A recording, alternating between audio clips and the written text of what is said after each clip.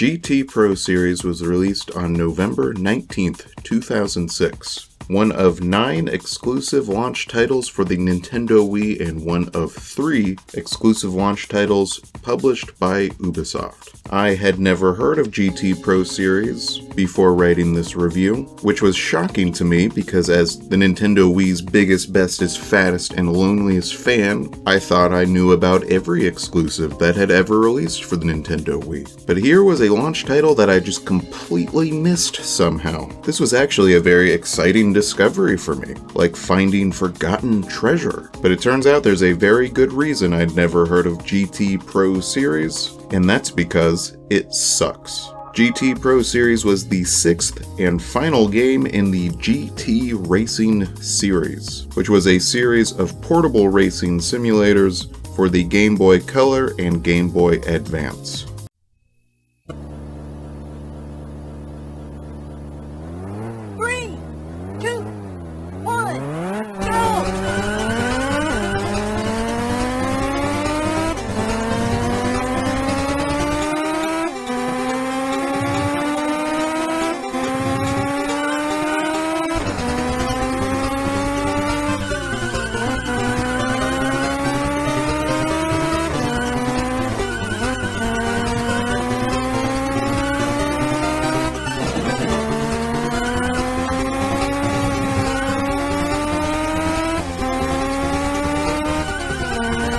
Until it made its big home console debut with GT Cube on the GameCube, released only in Japan. GT Pro Series is actually a re-release of GT Cube. Everything about the two games is completely identical, with the single exception of the inclusion of motion controls in the Wii version. GT Pro Series was developed by MTO, or Motorsports Software Technical Office, perhaps best known for developing the Pets franchise, a series of cheap knockoff real-time pet simulator games, limply chasing the success of the far superior and more popular Nintendogs franchise. The Pets franchise included such exhilarating smash hits as Cats, Dogs, Hamsters, Horses, and Hamsters 2.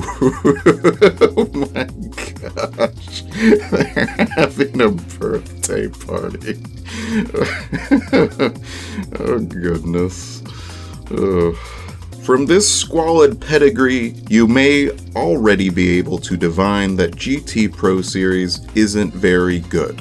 I actually couldn't tell how bad it was at first, because it's a racing simulator, and racing simulators are a genre of video games so dull and uninteresting even at their best, that as far as I could tell, it might have been a pretty good game by those already dull and uninteresting standards. It's got all the modes I would expect from one of these games: a single-player campaign, a quick race, a time attack, a drift mode. It's got a ton of cars, and hey, they're all modeled on real-life actual cars. I assume getting to drive a bunch of real-life cars would be something that would excite me if I was the kind of brain-dead Neanderthal that enjoyed these kinds of games, but I am an intellectual, a member of the cultured intelligentsia elite, which is why I love Nintendo Wii. 2 exclusive racing games launched with the Nintendo Wii: Excite Truck, in which you use rocket engines to launch monster trucks into outer space, and GT Pro Series, in which you drive minivans around airports.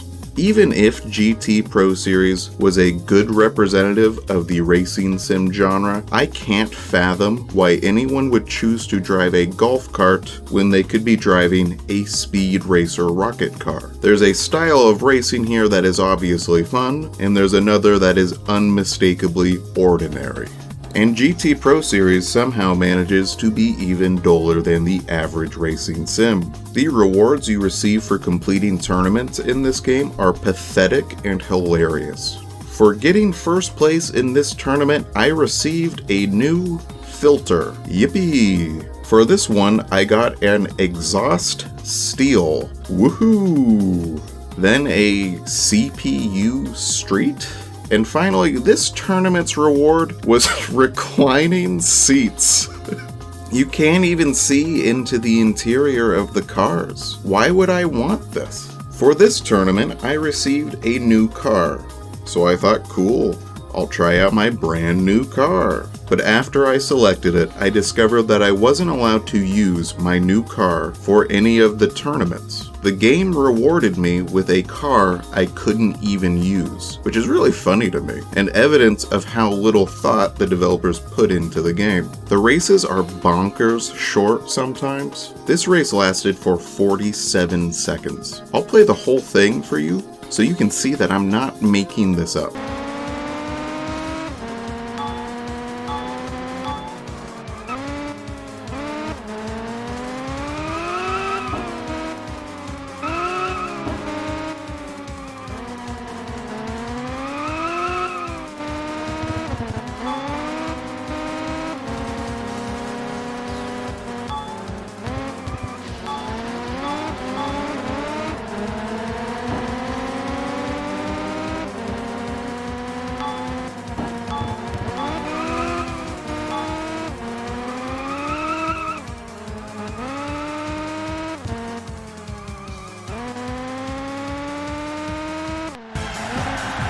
That was it. That was the whole race. And I promise you, it was just as boring to play as it was to watch. There are less than 10 tracks, and they start to repeat themselves almost immediately. So you'll be going through the same ones over and over. In addition to them being just butt ugly, there are Nintendo 64 games that looked better than this. Every car is indistinguishable from all the others in both form and function. What's the point of having 80 cars to choose from if they all play the exact same way? There are required challenges in the single player mode that are so stupidly baby easy that I couldn't believe they were actually real. In this challenge, you have to drive forward. That's the whole challenge.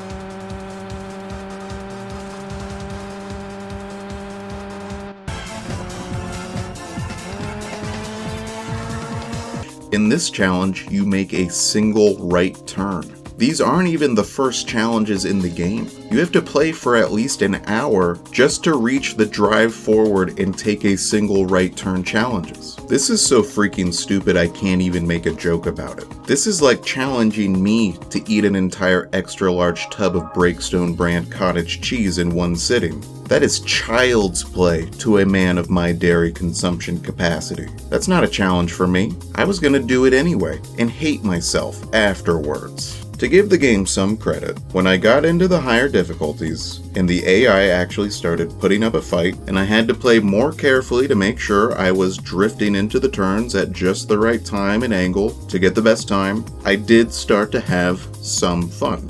I started to think there might actually be something to this style of gameplay. It might actually require some thought and technical skill, and I could see how it might even be sort of addictive and fun in the hands of a competent developer. My favorite part of this game, though, is its cheesy, goofy, upbeat electronica soundtrack.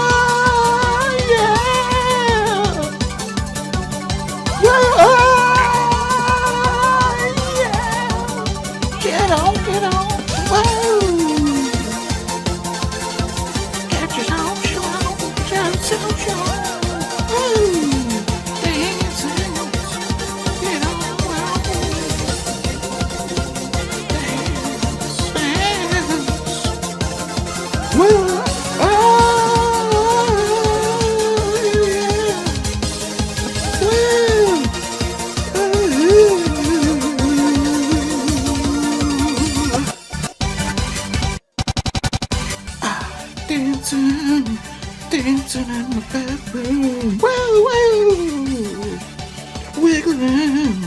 Well, in my belly like an earthworm. Woo, woo! Oh, and of course the game has a multiplayer mode, but guess who still doesn't have any friends?